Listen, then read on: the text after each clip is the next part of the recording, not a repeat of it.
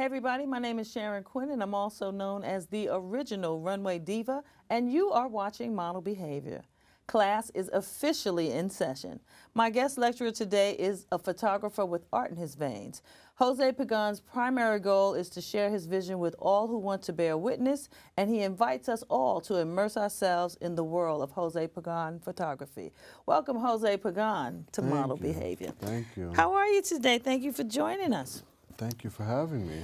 And we're gonna take it right from the beginning. I've had the pleasure of seeing your art on display at the State Office Building. What I want to know is, how did you get into photography? Why photography? What is it about it that moves you? Well, I'm a creative person, and I first started actually with doing short films. Okay. But you know, with short films, I require a lot of people to have their fingers in the pot, per se. You know, and I'm a perfectionist, so I kind of wanted to make sure my vision was perfect. So I decided to dive into photography because I have the camera. I could control the output of what I see. Okay. You know, so that was just the perfect tool for all my expression. Now, to transition from film to photography, is that an easy transition, or is that like you got to start from scratch and learn all over again because it's a different instrument? No, I mean, to me, it's still camera. I mean, all you have to really learn is like buttons and settings and things like that. But it's pretty much the same thing when you're looking through a viewfinder and you're capturing what you're seeing. You know. Do you remember what your very first photography project was? Well, it was the Blacklight photo experiment. That was your first one? That was my first art project. What? But that was like fairly recently. Well, that was in 2010. I started that project. Okay, so it wasn't fairly recently. It just feels like it was fairly recently. So that was the first photography project that you'd done. Where did you get the idea? And well, actually, explain what the Blacklight experiment was. Well, it's a project in which I take photos of nude models, muses, anyone that was interested, and I shoot them with only UV light. You know, black light, stuff you find in stores, you know, that you throw parties and all the white shirts shine and stuff like that. It was that light. Okay. And I liked what I saw because I started playing with my wife, you know. I was like, hey, let me put this on you. Let me see how it looks. So, use your wife as a test subject? Yeah, she was actually my test subject, but actually the very first shoot. Okay. And when I saw the outcome of that, I was like, wait a minute. I think I have something here. So I just went full tilt on it. So how did you go about finding your subjects for that? Did you find them or they found you? Well, as I started telling people about it, like I actually had co-workers that volunteered after I told them. I said, hey, do you mind being part of a nude art project? And they were like, what kind of project is it? And after I told them what I was doing, they said, sign me up. And from there on, they just kept coming. Friends, family. So how many portraits did you actually wind up doing? Well, over the 5 years, it was roughly almost 12,000 images that I shot. And 12,000? Yeah. That's a lot. Because what it is like the Blacklight, in order to capture one image, I actually have to shoot anywhere from 3 to 7 images. Why? Because it's high dynamic range. That's why when you look at the Blacklight photo experiment photos, they have that punch to it. There's a deep contrast in color and scenery, and that's because it's multiple images being caught to produce one image. Okay. Now, this was a wide range of sizes. It wasn't all like plus size. No. My first subject again was my wife. She's plus size. And then the second shoot, it was actually a couple, and they were straight size couple. And then after that, I mean, it really avalanched. I had plus size, old people, you know, friends. It was just so many people that came out with pouring out their creative side to be part of that project. Now this year you're being honored by the Milagros Day Worldwide, MOM, Man of the Movement. What is that, and why is it important to you? Well, they just called me the other day because, honestly, I just shot them recently. Okay. Well, the survivors that are mentors, I shot them for an art exhibit. So the Milagros Day Worldwide, that's an organization for? Domestic violence support group, nonprofit, run by Dawn Diaz. And they help these women that just recently come out of, the domestic violence home to empower them, help them find resources, to find new beginnings, and to basically start a new life after coming out of that type of household. And I shot their mentors for this art exhibit that's coming up, and it was wonderful, and we had a good time, and all the mentors loved it. So I guess she saw that, my work with people in the domestic violence field, and I also do work with Hunks for Hope, which is another domestic violence. Say that again? Hunks for Hope. Hunks for Hope, okay. Yeah, I shoot the very built, brolic guys for a calendar. The proceeds of the calendar are given to, I think, Milagros Day Worldwide is one of them, Casa Esperanza, and a couple other charities. And it seems to me like this whole domestic violence thing seems to be like something that kind of moves you. Is there a reason why? Well, my friend Leela Green, she the one that founded Hunks for Hope. I worked with her when I first started my photography stuff, and she was a domestic violence survivor herself. Okay. And one year she came up, she sent me out. She said, "Hey, I'm thinking of doing this calendar, kind of help give back to the community." And I said, sign me up, only because she was my friend and she went through this, and she told me the story and kind of put me in my mind like, wow, this is really bad. This is something that's going on in a lot of homes.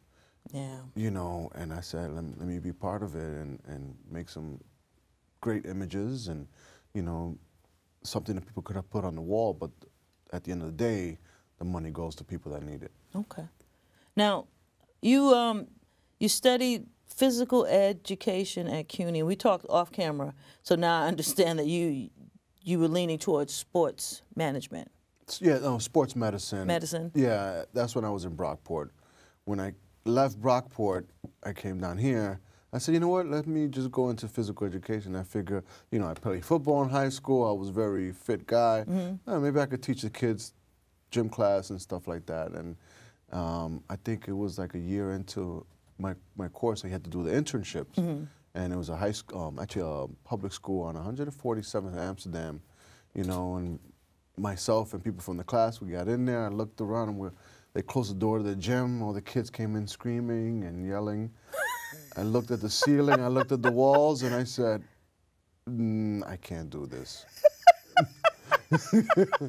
It was. That's all it took. You like, yeah, no, I can't. It dawned upon me, like literally, like I had a white feeling that just came over me, and I said, no. Like I'm a person. I need to let my wings flex, and I can't be in no cubicles or anything. So you weren't getting your creative thing on. Yeah. But even then, I still wasn't in the creative mode. I just didn't know it at that time. How so? Because then I signed up and I started working for the city parks department and, started a career with the city, and got, on the city pension line, and I kind of got hooked on that. I was like, you know what? I'll stay here because I was making money. So 20-something years went by. Well, yeah, like I would say 18 years went by until that's when in 2000, I would say 5, I started tinkering with the camera. Okay. It was tinkering back then, and by 2010, then I was full on sprint with. But did you know immediately that this was something that you really liked to do? No, you know what it is? I was young when I was young, I was very creative. I used to make things, break things, and rebuild them, and do a whole bunch of crazy stuff. Like I would look at things basically and say, like say I would make that flower, I'd be like, wow, how did I make that? But it went dormant, those college years, and when I was started with the city, and it wasn't until, like I would say, 2010 where I tapped back into that creativity of mine. And was there something in particular that made you tap back into it, or you just? It was just, I guess it just boiled, after being dormant for so long. Now, talk to me about an unboxed mind. Sabrina loves this.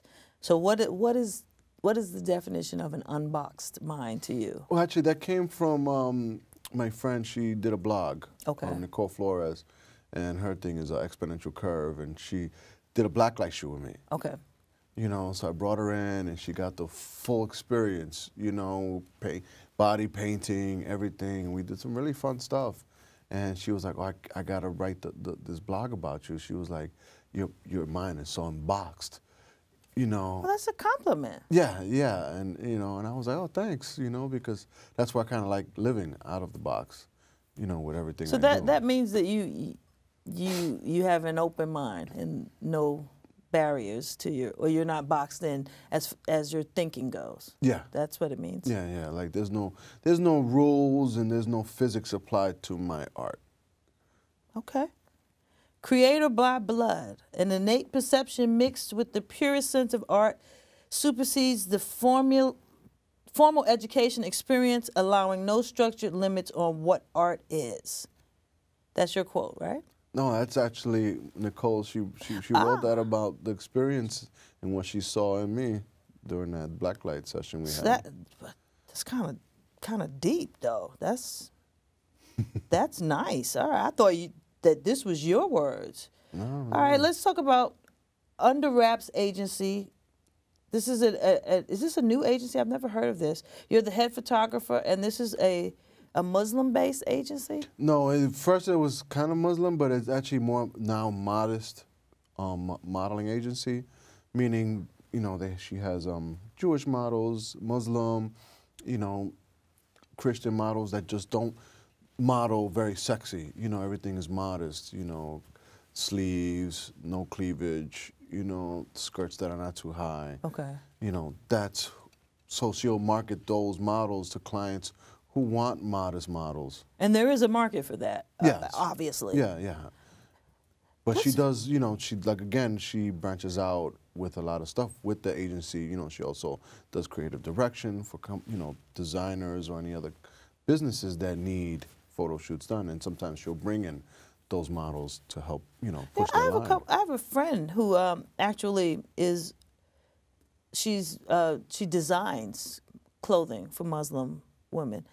And I didn't know until she showed me that there's a huge market for that. Oh, yeah. You wouldn't think so with the whole fashion industry being kind of sexually driven all the time.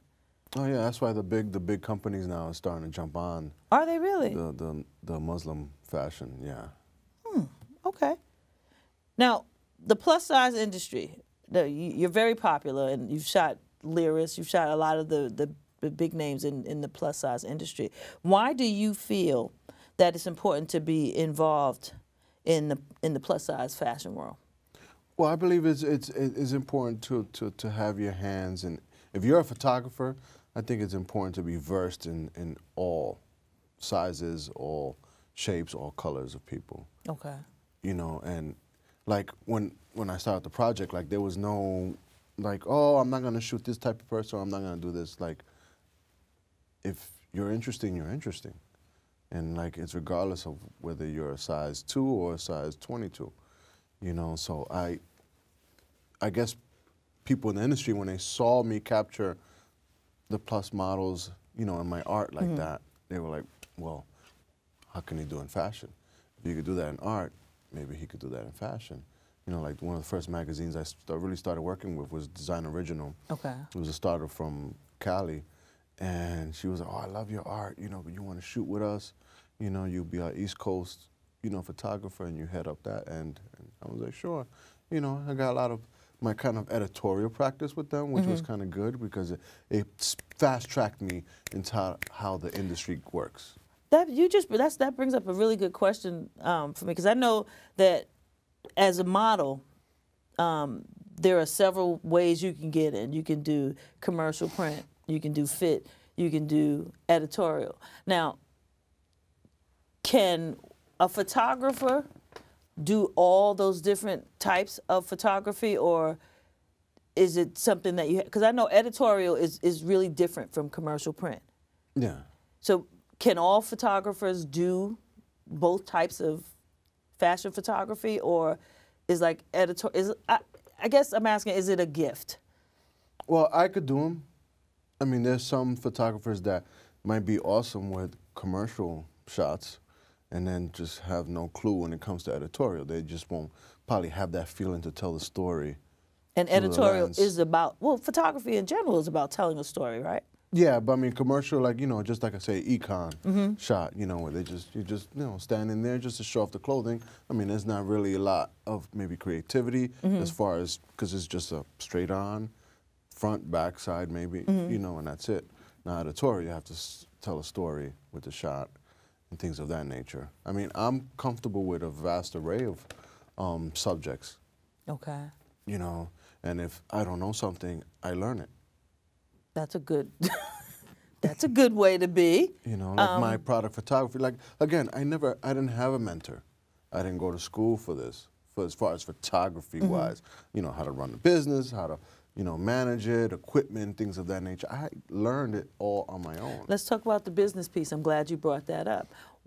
What is it, like when you're getting started as a photographer? Give me some steps. What do you think? What do you suggest if you're starting out, someone's interested in doing what you do? What sort of steps should they take starting out?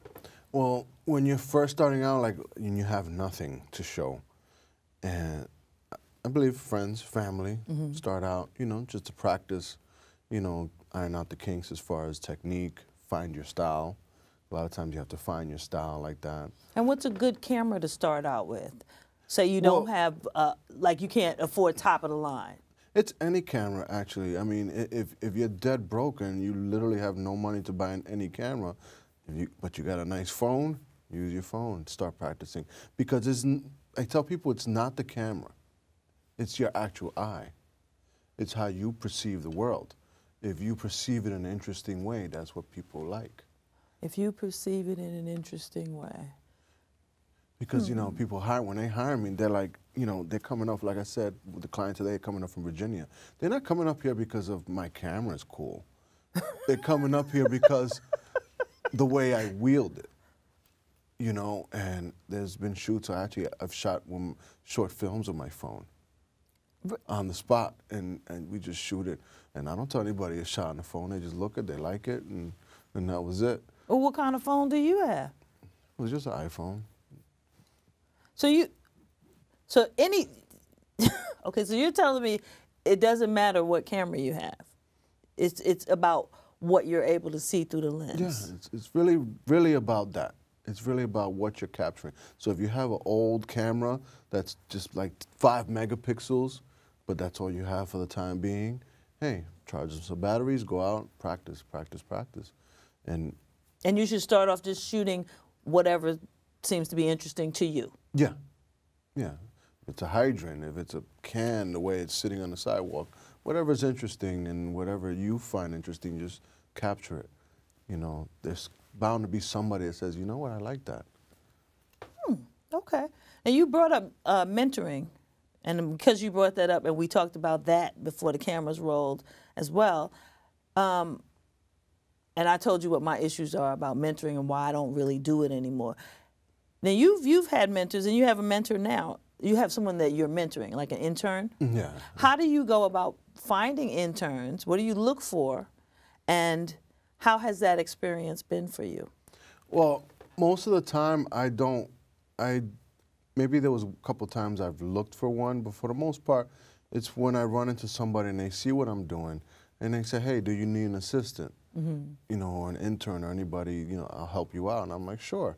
You know, and obviously there's got to be some kind of vibe going on, because I just don't bring in anybody.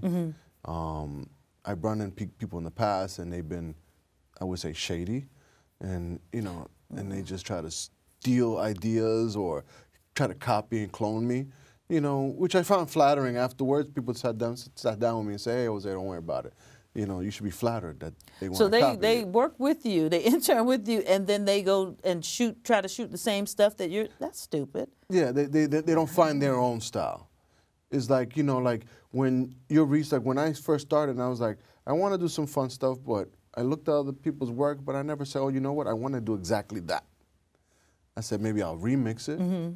Maybe I'll add my bells and whistles to it, because as humans, that's what we do. We take something, we make it better for the next and the person, you know, keep going and so forth and so on. But, you know, so when it comes to mentoring, you know, I'm very selective now. I have to see like that they really want to learn something. Like I have my one assistant now, Nestle. He, you know, is asking me questions. I tell him, ask me the questions. If you feel something you need to ask me, you know, I'll give you an explanation. And if I can't give you an explanation, I'll point you in the right direction. Now, as a photographer's assistant, what does that job entail? What do you have to do? Well, it's like, you know, I find it like, again, I used to play football. You know, I was very sportsman, you know, like a lot of things like I had to go through in order to earn my stripes. You know, so I feel like as an assistant, you know, you're not going to come in right away and start wielding a camera and like, oh, I'm the photographer now. No, you come in, you start learning the basics, and you start learning things on the real world application. You know, whether setting up lights, because there's some guys that, you know, they've been shooting already, and they don't know how to put up a light stand. And, you know, I have to sit them down and say, hey, no, this is the proper way to do it. Well, how do you, wait, now if you don't know how to set up a light stand, how you shooting? No, a lot of people just like say maybe they just shot with their camera and they shot people in the street and never used lights or never shot in the studio. So they might be versed in certain things, but not, let's say, in the studio sense. So I have to teach them, you know, about sandbags, the lights, you know, putting the soft boxes on the lights, you know, making sure the f-stops are, you know, good on the lights, you know, so we're not overexposed. So there's a lot of things that they... And I would think that the lighting piece takes a long time to... You're not learning that overnight. I really No, don't. not overnight, but when they watching me work, that's when they soak it in, because I could see them when I'm working. They're like, oh, so what you do here, you know, or they're like, oh, okay.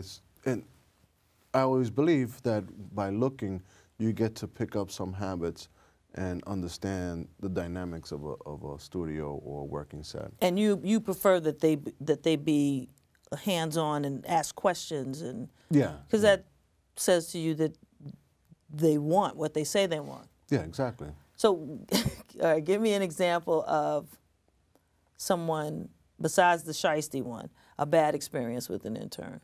Well, I had one intern. We were on a shoot, and you know, I needed the reflector held in a certain way. That's that thing they hold up to bounce the light off. To bring some light into the scene.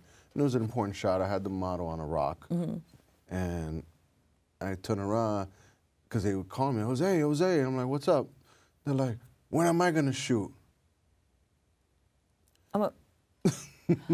The intern was asking you when. Yeah, that's my assistant. He was asking me at that time, you know, when am I gonna shoot? And mind you, it was only the second shoot he's actually worked with me. Okay, wow. You know, so I looked at him, I was like in due time, but I already knew at that point, like. Yeah, you fired. You know, and I'm not a negative person, but. You fired. At that point, I knew what his ulterior method was. Yeah. You know, he wasn't there to learn, he just there just to get his foot in the door.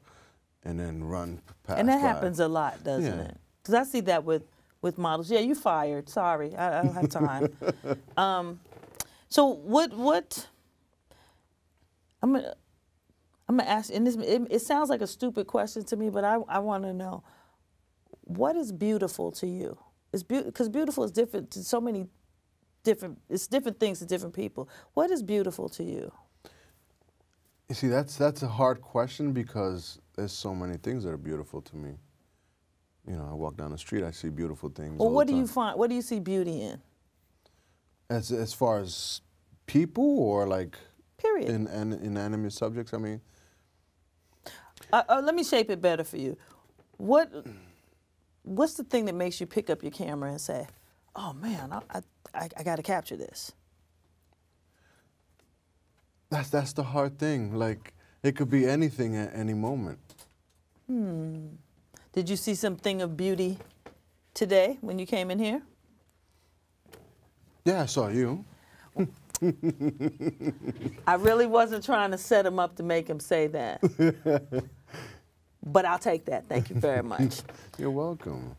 I guess I'm just asking because I see things just in my daily walk that I think are beautiful. It makes me want to whip out a camera on. So I just never have a camera on me, and my phone don't work half the time. But it's interesting to me the things, particularly with photographers, the way you visualize beauty. And I was trying to get you to verbalize that. Yeah, you know what it is? Like, there's certain things, like, there's days, like, if I'm driving, and I'll be stopped at a light, and I'll just look up, and I'll just see the angles of the buildings, you know? That's what attracts me is, you know, is angles, convergence, you know, shapes, you know, repeating patterns, things of that nature that if I see something that's similar or along that line, then I break up my camera phone, and I'll just say, hey, cool, and I'll just take a shot. Do you got anything coming up that you want to let me know about? Keeping in mind that this is not going to air for till the fall, probably. I mean, there's a whole bunch of things that are always coming up. I know I just got asked to be a photographer for this one event in November, you know, so I'm just waiting on deets for that. Okay. Let's find out what's going on with that. All right, well, you hear that music, so you know we're almost out of time. I'd like to thank my guest, Brother Jose Pagan, for sharing his industry knowledge with us today. Now, before I go, as always, I'd like to leave you with a few thoughts. I want you to, 1, remember that you can't change the game until you first learn the game. And 2, always surround yourself with positive people and positive things.